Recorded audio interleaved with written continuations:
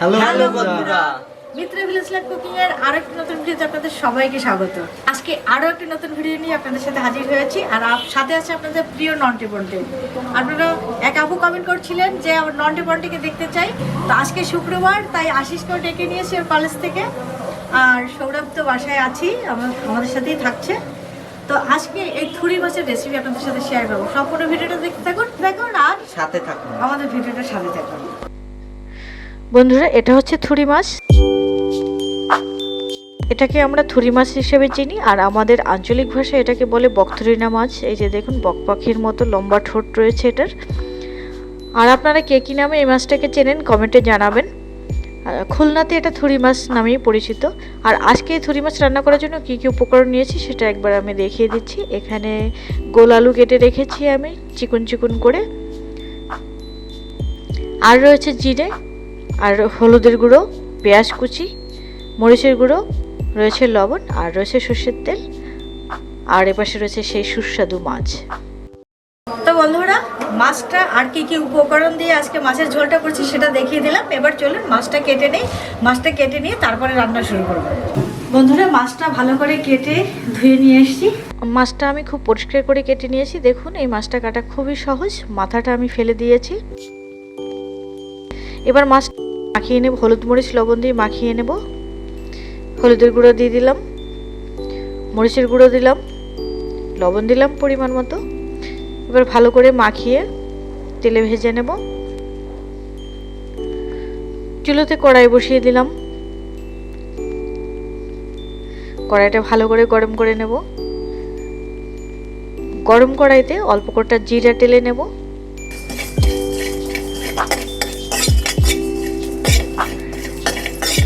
জিরাটা টেলে নিয়েছি, এবার নামিয়ে নেব।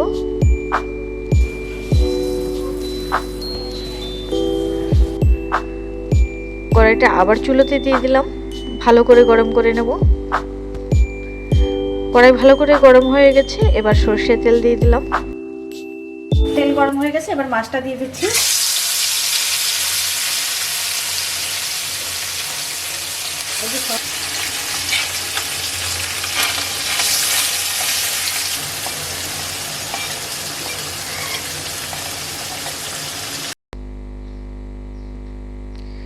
চুলোর আঁচ মিডিয়ামে রেখে মাছটা ভালো করে ভেজে নেব। একটু সময় নিয়ে ভেজে নেব।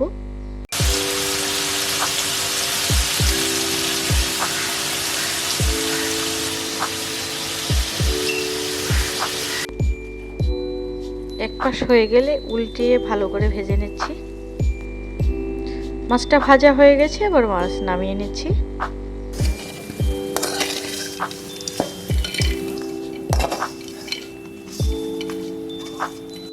মাছ ভাজা তেলে এবার কেটে রাখা আলুটা দিয়ে দিলাম। পরিমাণ মতো লবণ দিয়ে দিলাম। চুলোর আঁচ মিডিয়ামে রেখে আলুটা ভেজে নেব। আলু লাল লাল করে ভেজে নামিয়ে নিলাম। আলু ভাজা তেলের মধ্যে আর একটু তেল দিয়ে গোটা জিরে দিয়ে দিলাম। দিলাম পেঁয়াজ কুচি।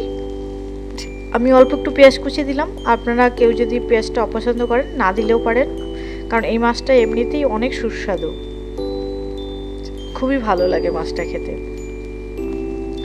এবার ভেজে রাখা আলুটা দিয়ে দিলাম। পেঁয়াজের সাথে আলুটার 2 মিনিটের মতো নেড়ে চেড়ে একটু ভালো করে ভেজে নেব। এবার সামান্য পরিমাণে জল দিয়ে দিলাম। দিলাম হলুদের গুঁড়ো, দিলাম মরিচের গুঁড়ো। এবার ভালো করে কষিয়ে নেব।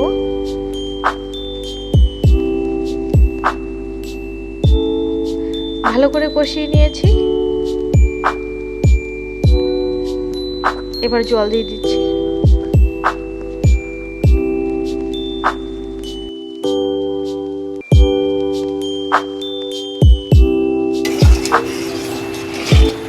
জল দিয়ে একটু নেড়ে চেড়ে চুলোর আঁচ বাড়িয়ে দিয়ে ফুটিয়ে নেব। ঢাকনা দিয়ে দিলাম। ঢাকনা দিয়ে ভালো করে আলুটা সেদ্ধ করে নেব। 5 মিনিট পরে ঢাকনা তুলে নিলাম। আলুগুলো বেশ সেদ্ধ হয়ে গেছে। এবার ভেজে রাখা মাছটা দিয়ে দিচ্ছি। মাছটা দিয়ে আবার 5 মিনিট জ্বালিয়ে নেব।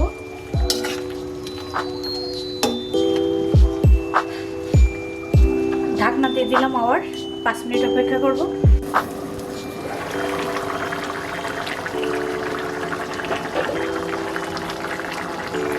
5 মিনিট করে ঢাকনা তুলে নিলাম। ভেজে রাখা জিরাটা গুঁড়ি করে নিয়েছি, অল্প একটু জিরার গুঁড়ি দিয়ে দিচ্ছি উপর থেকে ছড়িয়ে।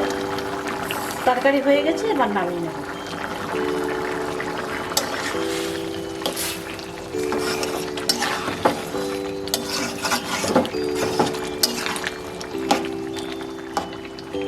তরকারি হয়ে গেছে, এবার নামিয়ে নিচ্ছি।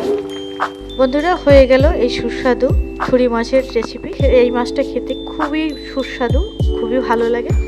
আপনারা যারা না খেয়েছেন তারা বাজারে, হাটে বাজারের সামনে পড়লে অবশ্যই কিনে একদিন খেয়ে দেখবেন, আর কমেন্টে জানাবেন কেমন লাগছে মাছটা খেতে। আসলে এই মাছটা আলু দিয়ে, বেগুন দিয়ে যে কোনোভাবে ঝোল রান্না করে খেতে পারেন, বা শুধু ভাজি করেও খেতে পারেন। খুবই মজার একটা মাছ। বন্ধুরা, আজকের ভিডিওটা এখানেই শেষ করছি। দেখা হবে পরবর্তী ভিডিওতে। আর ততক্ষণ পর্যন্ত সবাই ভালো থাকুন, সুস্থ থাকুন, সাবধানে থাকুন।